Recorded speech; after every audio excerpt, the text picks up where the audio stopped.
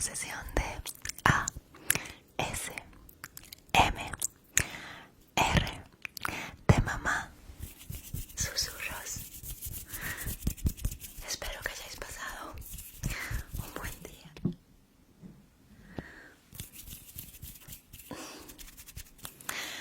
Bueno, lo prometido es deuda. Me pedisteis que leyera un clásico, ¿vale? Puesto que dije en el último vídeo de lectura inaudible, dije que no podía leer fragmentos enteros por el tema de los derechos de autor. Y me dijisteis que yo no lo sabía, que los clásicos se habían muerto más de, creo que es hace más de 60 o 70 años. Pues se podía leer. Entonces he traído una lectura clásica súper importante en la literatura y he elegido una de mi país. Quizás sea la más importante. Está escrita por Miguel de Cervantes y dicho esto, supongo que muchos sabréis ya de qué se trata. El ingenioso hidalgo Don Quijote de la Mancha. Como veis,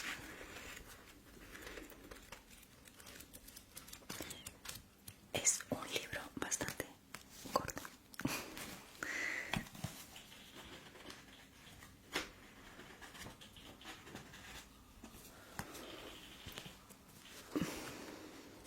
Podríamos empezar por el primer capítulo.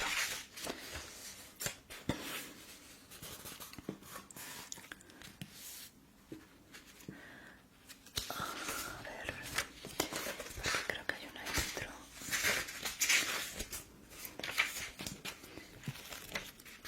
No sé si va. Vale, aquí empieza. Esta es la intro. Miguel de Cervantes. En el año 1605. Casa testimonio de las erratas. A ver, que encuentre el principio, el prólogo. Quiero encontrar el primer capítulo primero. Aquí vamos. Primera parte del ingenioso hidalgo Don Quijote de la Mancha. Capítulo primero, que trata de la condición y ejercicio del famoso hidalgo Don Quijote de la Mancha.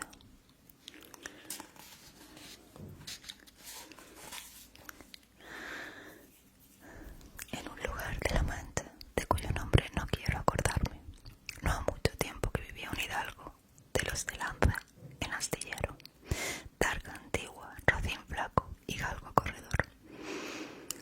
Una olla de algo más vaca que carnero, salpicón las más noches, duelos y quebrantos los sábados, lentejas los viernes, algún palomino de añadidura los domingos, consumían las 3 partes de su hacienda.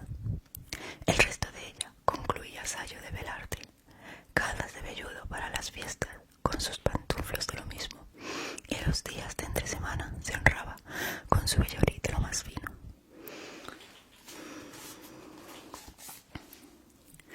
Tenía a su casa un ama que pasaba de los 40 y una sobrina que no llegaba a los 20 y un mozo de campo y plaza que así enseñaba el rocín como tomaba la podadera. Frisaba la edad de nuestro hidalgo. Con los 50 años era de complexión recia, seco de carnes, enjunto de rostro, gran madrugador y amigo de la caza. Quieren decir que tenía el sobrenombre de Quijada o Quesada, que en esto hay alguna diferencia en los autores que de este caso escriben.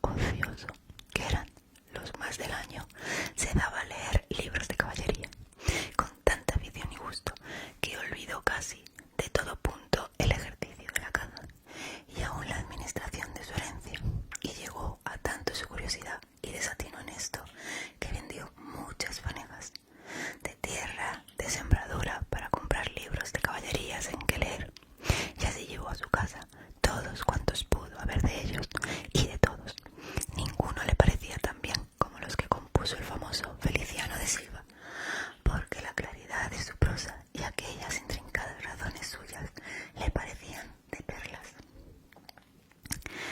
Y más cuando llegaba a leer aquellos requiebros y cartas de desafíos, donde en muchas partes hallaba escrito la razón de la sinrazón, que a mi razón se hace, de tal manera mi razón enflaquece, que con razón me quejo de la vuestra hermosura.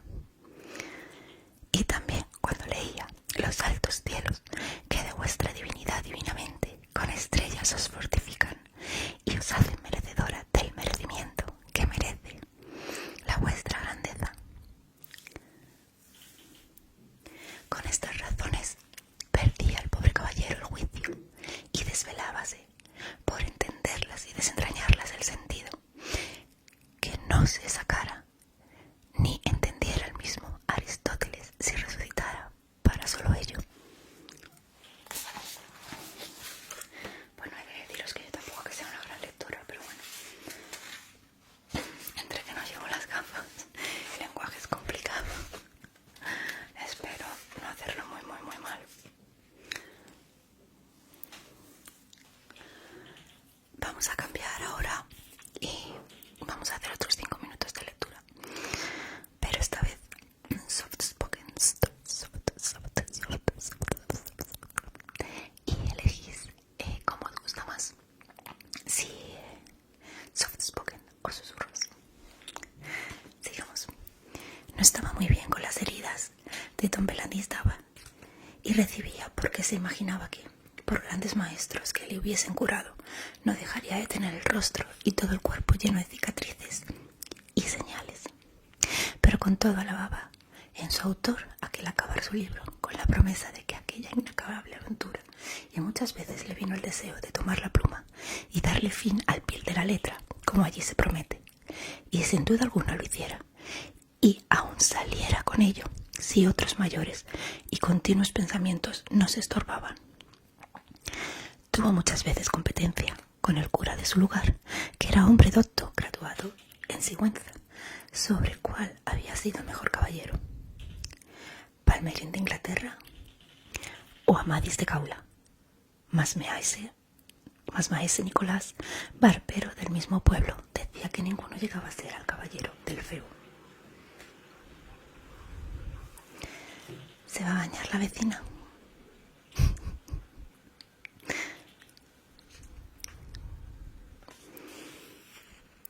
Y que si a alguno se le podía comparar era don Calahorra, hermano de Amadís de Gaula, porque tenía muy acomodada condición para todo, que no era caballero melindroso, ni tan llorón como su hermano, y que en lo de la valentía no le iba en zaga.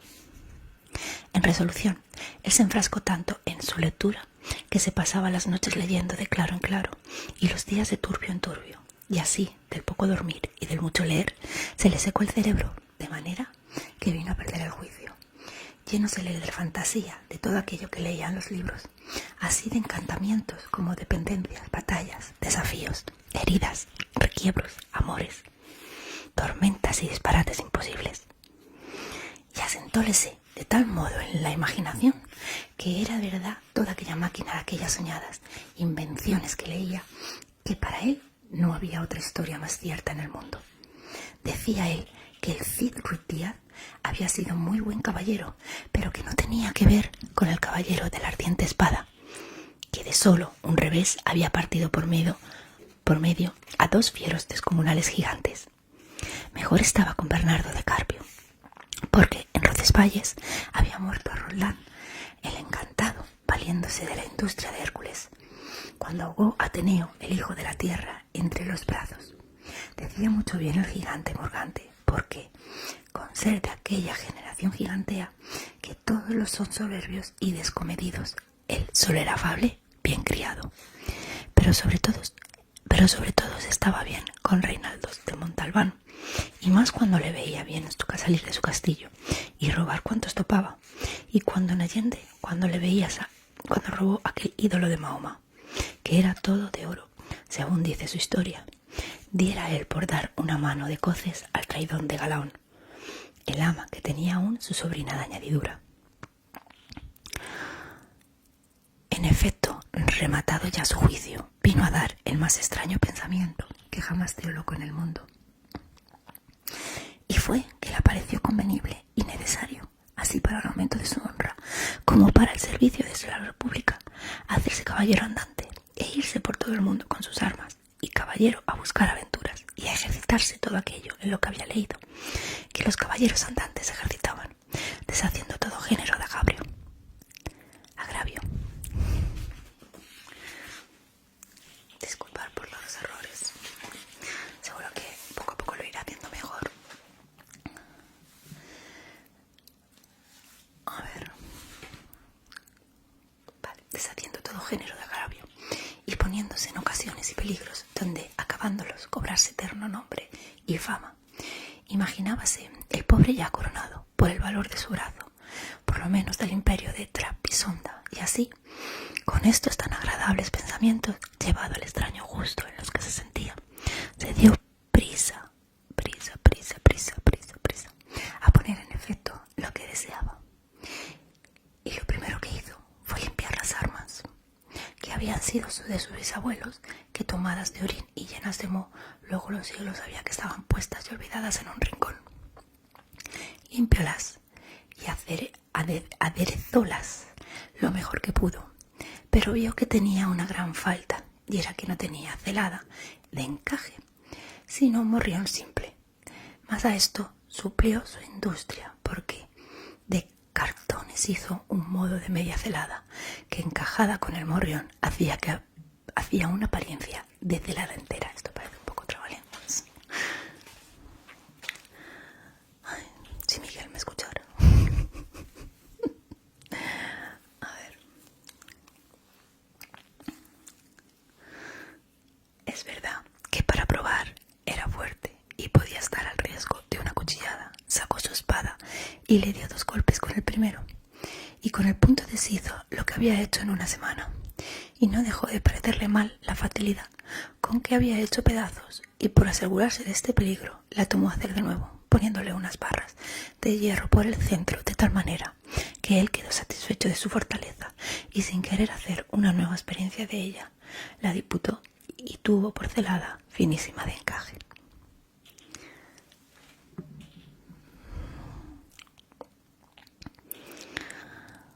Fue luego a ver a su rocín, y que tenía más cuartos que un real y más tachas que el caballo de Gonela, que tatum pellis et osa fuit. Le pareció que ni el bucéfalo de Alejandro ni Babieca del Cid, con el que se igualaban, 4 días se le pasaron a imaginar qué nombre pondría, porque según se decía, él a sí mismo no era razón que caballo de caballero tan famoso y tan bueno, él por sí estuviese sin nombre conocido. Y así procuraba acomodársele, de manera que declarase quién había sido antes que fuese de caballero andante y lo que era entonces, pues estaba muy puesto en razón que, mudando su señor estado, mudase él también el nombre y le cobrase famoso y estruendoso, como convenía a la nueva orden y al nuevo ejercicio que ya profesaba. Y así, después de muchos nombres que formó, borró y quitó, añadió, deshizo y tomó, hacer en su memoria e imaginación, al fin le vino a llamar Rocinante, nombre a su parecer alto, sonoro y significativo de lo que había sido cuando fue rocín, antes de lo que era ahora, que era antes el primero de todos los rocines del mundo.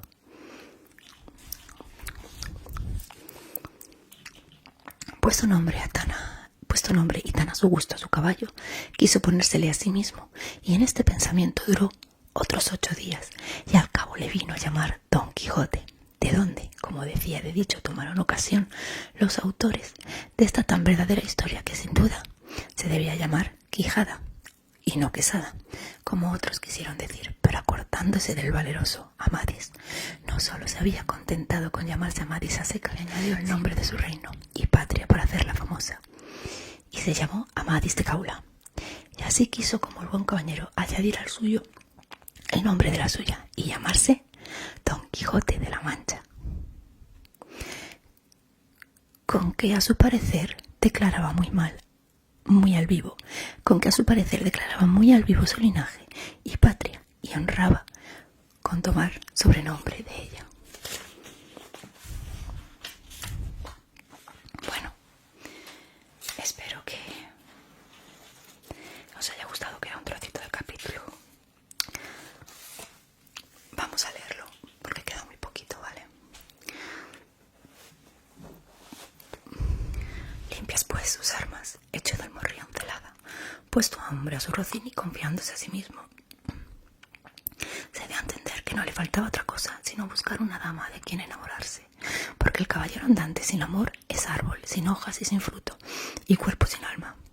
Decíase él así: si yo, por malos de mis pecados, o por mi buena suerte, me encuentro por ahí con algún gigante, como de ordinario les acontece a los caballeros andantes, y le derribo de un encuentro, o le parto por la mitad del cuerpo, o finalmente le vezco y le rindo, ¿no será bien tener a quien enviarle presentado, y que entre y se hinque de rodillas ante mí, dulce señora, y diga con voz humilde y rendido: yo, señora, soy el gigante Caraculiambro, señor de la ínsula Malandriana, a quien venció en singular batalla el jamás como se debe alabado caballero Don Quijote de la Mancha, el cual me mandó que me presentase ante vuestra merced, para que la vuestra grandeza disponga de mí a su talante. Oh, cómo se holgó nuestro buen caballero cuando hubo hecho este discurso, y más cuando halló a quien dar nombre a su dama. Y fue a lo que se cree que en lugar cerca del suyo había una moza labradora de muy buen parecer, de quien él en un tiempo anduvo enamorado, aunque según se entiende ella jamás lo supo ni se dio cata de ello. Llamábase Aldonza Lorenzo. Y a esta le pareció ser bien darle título de señora de sus pensamientos, y buscándole nombre que no dijese mucho el suyo, y que tirase y se encaminase al de princesa y gran señora, vino a llamarla Dulcinea del Toboso. Porque era natural del Toboso, nombre a su parecer músico y peregrino y significativo, como todos los demás que a él y a sus cosas había pues allá relajado.